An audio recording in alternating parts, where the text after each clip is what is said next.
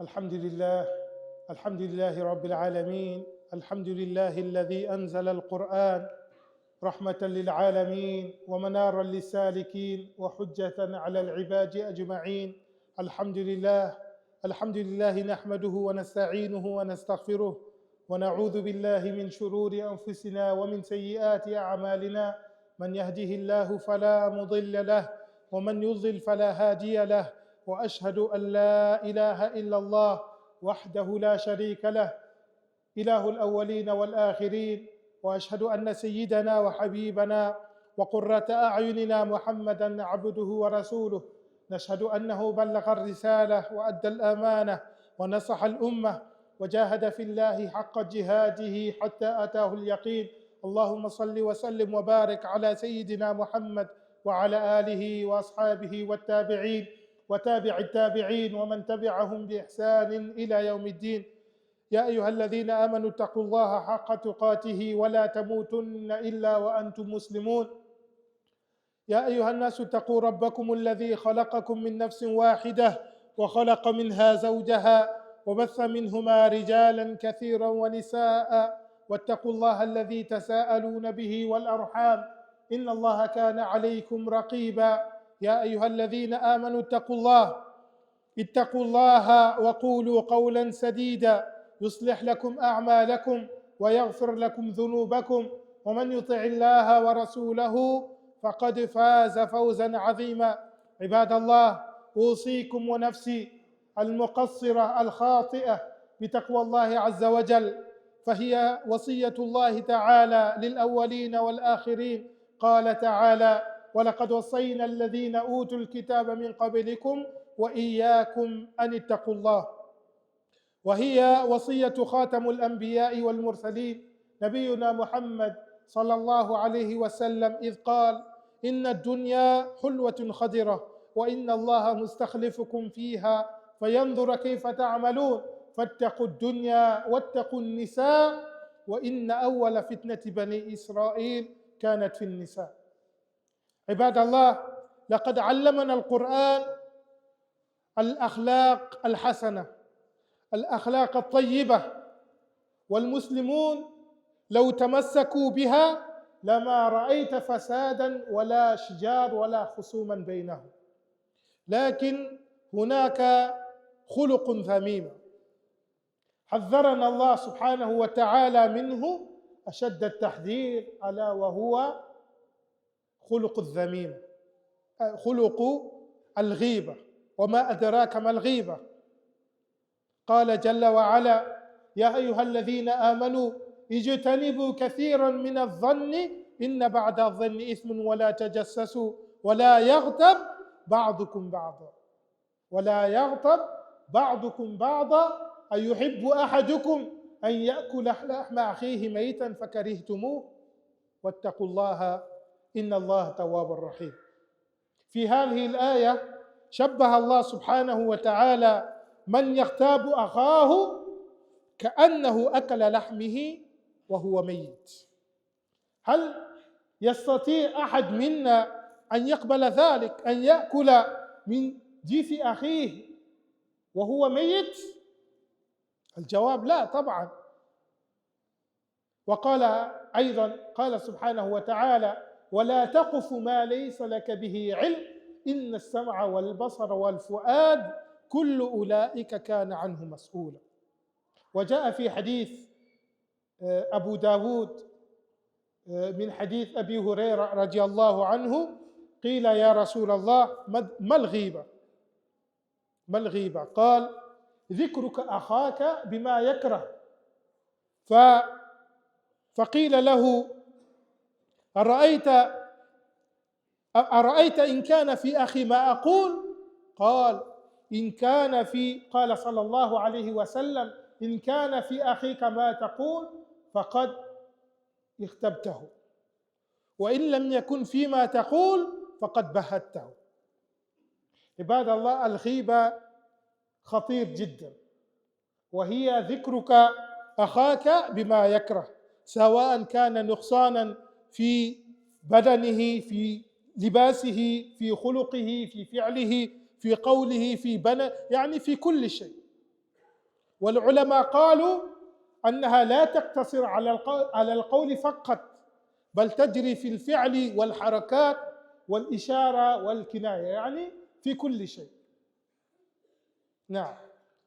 وسبحان الله العظيم، لو نظرنا إلى مجالسنا الآن فإنها تكثر فيها الغيبة، وهي كبيرة من الكبائر وعظيمة من العظام التي تغضب الله سبحانه وتعالى. والشيطان يمر على هذه المجالس فيرى فيها الغيبة ويزينها للناس ويحبب لهم الحديث حتى يزدادوا إثما. وكما تعلمون أن المغتاب يهدى للرجل الذي اغتابه من حسناته، يعني كأنه يعطيه من حسناته. فاتقوا الله عباد الله واحذروا ألسنتكم، فإنها من أعظم ما يوقعكم في الهلاك، واحفظوها، فإن من حفظها فهي من أسباب الفوز والنجاة. فقد كفل صلى الله عليه وسلم لمن حفظ لسانه أو صان منطقه بالجنة. قال صلى الله عليه وسلم من حديث سهل بن سعد رضي الله عنه قال صلى الله عليه وسلم: من يضمن لي ما بين لحييه وما بين رجليه أضمن له الجنة. اللهم اجعلنا منهم. وفي الترمذي حديث معاذ بن جبل رضي الله عنه سأل النبي صلى الله عليه وسلم عن عمل يدخله الجنة ويباعده عن النار، فأخبره صلى الله عليه وسلم ببعض أبواب الخير وصنوف البر، ثم قال صلى الله عليه وسلم: ألا أخبرك بملاك ذلك كله؟ قال صلى الله عليه وسلم: بلى. قال معاذ بن جبل: بلى يا رسول الله. فأخذ بلسان يده فقال: كف عليك هذا. فقال معاذ: وإنا لمؤاخذون بما نتكلم به. فقال صلى الله عليه وسلم: ثكلتك أمك. وهل يكب الناس في النار على وجوههم إلا حصائد ألسنتهم. فنسأل سبحانه وتعالى أن يجعلنا من الذين يستمعون القول فيتبعون أحسنه. Louange à Allah, Seigneur de l'univers, créateur du monde, celui qui existe sans début, sans fin, celui qui entend et qui voit. Quoi que tu puisses imaginer, Allah subhanahu wa ta'ala en est différent. Et que l'élévation au degré et de ce qu'Al-Kram pour elle soit accordée à notre maître Mohammed Al-Amin, l'honnête, celui qui est appelé à la religion de vérité, l'islam, la religion de tous les prophètes, du premier Adam alayhi salam au dernier Mohammed alayhi salam. Chers frères et sœurs, chers bien-aimés, serviteurs d'Allah, je vous recommande, ainsi qu'à moi-même, de faire preuve de piété à l'égard d'Allah subhanahu wa ta'ala par l'obéissance qui lui est due. Il nous dit Azza wa Jal, dans le sens du verset: craignez un jour dans lequel vous reviendrez à la vie pour le jugement d'Allah, et ensuite chaque âme sera rétribuée en fonction de ce qu'il aura acquis, et ils ne subiront point d'injustice. Et bien d'Allah, le thème de ce vendredi, comme vous l'avez compris, est sur Al-Riba, la médisance. Allah subhanahu wa ta'ala a créé l'être humain. Allah subhanahu wa ta'ala a créé l'être humain, il lui a donné beaucoup de bienfaits. Il a donné les yeux avec lesquels tu peux regarder. Il t'a donné les oreilles avec lesquelles tu peux entendre. Il t'a donné les pieds par lesquels tu peux marcher. Yani, il t'a donné beaucoup de bienfaits. Et d'ailleurs, c'est même impossible de compter tous les bienfaits qu'Allah subhanahu wa ta'ala nous a accordés. Vous n'y arriverez pas. Il nous dit, et parmi ces plus grands bienfaits, il y a le fait de nous avoir donné la langue. Avec la langue, on peut parler, on peut s'exprimer avec les gens, on peut réciter le Coran, on peut... il y a énormément de choses, énormément de bienfaits. Allah Azza wa Jal dit, Alam naj'al lahu aynayn wa lisanan wa shafatayn wa hadaynahu an-najdayn. Dans le sens du verset, il nous dit, nous ne lui avons pas accordé 2 yeux, nous ne lui avons pas accordé une langue et 2 lèvres. Et c'est pour cela que nous avons pour obligation, le musulman a pour obligation d'utiliser tous ces bienfaits uniquement sur ce qu'Allah subhanahu wa ta'ala a autorisé. Parmi les dangers de la langue, al-lisan, il y a la médisance. La médisance, ibadallah, fait partie des grands péchés dans notre religion. Allah Azza wa Jal dit وَلَا يَغْتَبْ بَعْضُكُمْ بَعْضًا أَيُحِبُّ أَحَدُكُمْ أَنْ يَأْكُلَ لَحْمَ أَخِيهِ مَيْتًا فَكَرِهْتُمُوهُ. Dans le sens du verset, il dit « Et ne médisez pas les uns des autres. L'un de vous aimerait-il manger la chair de son frère mort ?» Bien évidemment que non. Il a comparé celui qui pense sur son frère, c'est comme s'il mangeait la viande de son frère mort. Subhanallah. Et on a énormément de hadiths qui nous parlent du danger de la langue, et surtout la médisance. On a le hadith d'Abu Huraira, radiallahu anhu, le messager d'Allah sallallahu alayhi wa sallam a dit « Atadruna mal ghiba » Savez-vous de quoi consiste, savez-vous en quoi consiste la médisance? Et ils dirent « Allahu wa rasuluhu a'lam » Allah et son messager sont les plus savants. Et il dit « Al-ghiba » c'est lorsque tu parles de ton frère en des termes qu'il réprouve. Lorsque tu parles de ton frère en des termes qu'il réprouve. Et on dit, vois-tu si ce que j'ai dit sur mon frère existe réellement? Et il répond, si ce que tu dis existe réellement, tu auras fait de la médisance. Et si ce que tu dis n'existe pas, alors là, tu auras diffamé. Et tu auras réuni les deux choses. De un, tu auras fait de la médisance, et de deux, tu auras menti sur ton frère. Ensuite, comme on a dit, on a énormément de hadiths où le prophète sallallahu alayhi wa sallam nous parle du danger de la médisance. Ce qui consiste à dévoiler des défauts de tes frères ou de tes sœurs en leur absence. Alors, qu'en est-il de la personne qui ment sur son frère? Subhanallah al-azim. Cette personne, elle aura réuni deux choses. Elle aura réuni al-ghiba, la médisance, et elle aura réuni al-buhtan, la diffamation. Le prophète sallallahu alayhi wa sallam nous met en garde contre tous ces dangers. Un jour, Mu'adh ibn Jabal, radiallahu anhu, ce grand compagnon, a interrogé le prophète sallallahu alayhi wa sallam. Ils ont parlé, ils ont dit beaucoup de choses. Et ensuite, il lui a dit, aurons-nous des comptes à rendre sur ce que nous disons? Est-ce que nous aurons des comptes à rendre sur ce que nous disons? Et le prophète sallallahu alayhi wa sallam a dit, Sakilatka ummuk, wa hal yakubbu an-nasu fi an-nari ala wujuhihim aw ala manakhirihim illa hasaidu alsinatihim. Dans le sens du hadith, il dit, fais attention au Mu'adh. Est-ce que les gens seront jetés en enfer sur leur visage ou sur leur nez pour autre chose que ce qu'ils ont dit? Ibadallah, la médisance, c'est très très dangereux. Le prophète sallallahu alayhi wa sallam dit dans un hadith, Atadruna manil muflis, savez-vous qui est l'homme ruiné? Et les compagnons ont dit, selon nous, l'homme ruiné, c'est celui qui ne possède ni bien ni d'argent.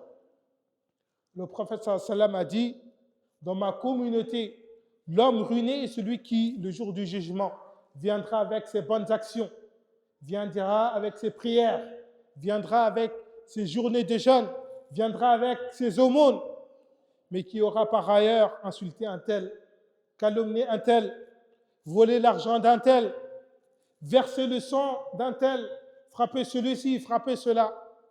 Et on lui prendra de ses bonnes actions pour les distribuer à ses victimes. Et si elles ne suffisent pas à l'expier, on prendra alors de ses péchés, de ses victimes, et on le inscrira à son actif et on le jettera en enfer. Subhanallah, la langue, il faut faire très très attention. Aujourd'hui, subhanallah, lorsqu'on voit notre communauté, surtout les jeunes, dans la plupart des assises, on parle sur telle personne. Au travail, on parle sur les collègues, sur les patrons, ceci, cela. Il faut craindre Allah. Sachez que tout ce que vous allez dire, vous aurez des comptes à rendre. Sur les réseaux sociaux, là, c'est autre chose, c'est un autre monde. Hadith wala haraj.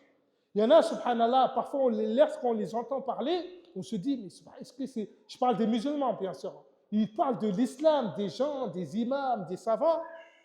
Il y en a, ils vont carrément parler d'Allah comme si c'était leur pote, comme si c'était ton ami. Pourquoi Allah a interdit cela? Pourquoi il a autorisé cela? Vous voulez du gasoil, khalas, c'est des hurun ain ou pas? Il n'y a aucun respect avec Allah subhanahu. Sachez que tout ce que vous allez dire, vous allez rendre des comptes. Au jour d'aujourd'hui, sur les réseaux sociaux, on a des gens, on ne sait même pas, même à mon avis, même Juz Amma, je ne sais même pas s'ils ont mémorisé. Mais ils vont parler sur des trucs que même les savants, ils ont écrit des livres et des livres. Lui, en 2-3 phrases, il va. En général, c'est Al-Munafiqin qui critiquent et qui vont dire tout et n'importe quoi. Et c'est pour cela, surtout nous les jeunes, alhamdulillah, je ne suis pas dans les réseaux sociaux, mais surtout les jeunes, faites très très attention. Sachez que tout ce que vous allez dire, Yawm al-Qiyamah, vous allez rendre des comptes. C'est vrai, alhamdulillah, on est dans un pays où on nous dit, on a la liberté, on peut dire tout ce qu'on veut, entre guillemets, on peut dire, mais il y a des... voilà, c'est pas pour tout le monde, on le sait. Mais dans l'islam, ça ne marche pas comme ça. Soit tu dis du bien, soit tu te tais. Man kana yu'minu billahi wal yawmil akhir falyaqul khayran aw liyasmut. Celui qui croit en Allah et au jour dernier, soit il dit du bien, soit il se tait. D'ailleurs, il y a un frère qui m'est venu à la tête, je me rappelle de lui, lorsqu'on était étudiant au Sénégal, subhanallah, lui, il avait une méthode, je ne sais pas si c'est la bonne méthode parce que ça crée des problèmes. Lui, lorsqu'on parle devant lui d'une personne, il ne va rien dire. Tu parles sur le dos d'une personne, il ne va rien dire. 2-3 jours après, lorsqu'il voit la personne, il dit ta'al, ta'al. Il dit, voilà, répète ce que tu as dit hier. Et subhanallah, à la fin, tout le monde savait que lui, devant lui, il ne faut pas parler sur les gens. Parce qu'il va créer à la fin, 2 fois ça tourne mal, mais alhamdulillah, en tout cas, ça a marché. Lui, tous ceux qui le voyaient, personne ne parle. Et subhanallah, la dernière fois que j'ai vu cette personne, on était étudiants au Sénégal, la dernière fois que j'ai vu cette personne, c'était Masjid al-Nabawi, à la mosquée du prophète sallam. Il était assis, il avait des dizaines d'élèves qui étaient tous habillés en blanc, ils étaient en train d'apprendre le Coran avec lui, subhanallah. Et c'est un truc qui m'a marqué l'esprit. Il était salarié de la mosquée du prophète, c'était un truc officiel, il enseignait les élèves à apprendre le Coran. Et j'ai pensé, lorsqu'on était enfant, lui, depuis le début, il était sérieux. Il rigolait. C'est pour ça, il faut faire très, très attention. La médisance, je sais que parfois, ce n'est pas facile, mais il faut faire le maximum. Fanasala subhanahu wa ta'ala de nous faire partie de ceux, lorsqu'ils entendent la bonne parole, il suffit qu'il y a de mieux. أقول ما تسمعون أستغفر الله لي ولكم ولسائر المسلمين من كل ذنب فاستغفروه إنه هو الغفور الرحيم.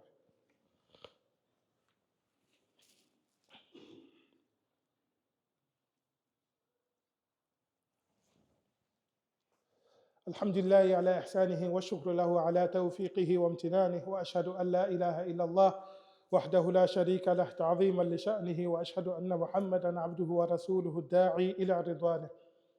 Je vous rappelle, lorsqu'on fait la khutbah, il ne faut pas parler. Je vois des frères qui parlent, peut-être qu'ils ne sont pas habitués. Lorsqu'on fait la khutbah, il ne faut pas parler jusqu'à la fin. C'est très très important.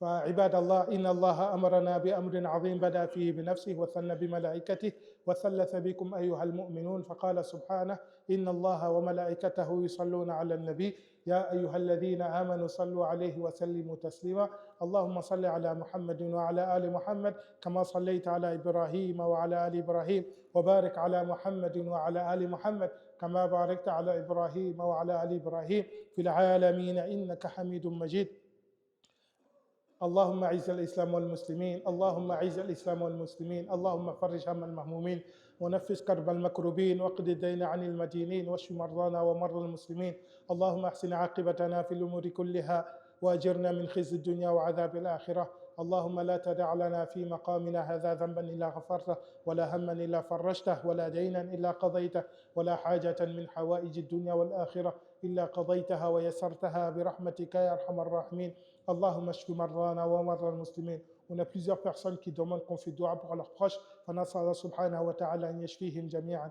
اللهم اشف مرضانا ومرضى المسلمين. اللهم ارحم موتانا وجميع موتى المسلمين الذين شهدوا لك بالوحدانية ولنبيك بالرسالة وماتوا على ذلك. اللهم اغفر لهم وارحمهم وعافهم واعف عنهم وأكرم نزلهم ووسع مدخلهم واغسلهم بالماء والثلج والبرد ونقهم من الذنوب والخطايا كما ينقى الثوب الأبيض من الدنس.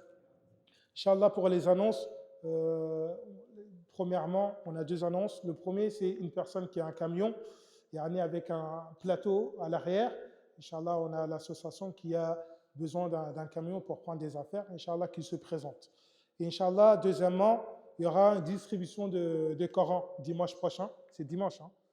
Dimanche prochain, Inch'Allah, vous êtes tous les bienvenus. C'est à 14h. Je sais pas là. C'est à 14h, Inch'Allah. Il faut se garer dans le parking. Vous suivez les instructions des gilets, des jeunes. Et Inch'Allah, il y a assez pour tout le monde. En tout cas, les stocks sont limités, mais Inch'Allah, il y aura assez pour tout le monde. On vous demande de participer, ou ceux qui connaissent. Je crois que c'est en français et arabe, c'est ça? En français et arabe. J'ai pas les. Voilà, c'est en français et arabe. Vous êtes tous les bienvenus. Wa qulu ma tasma'un wa aqimus salam.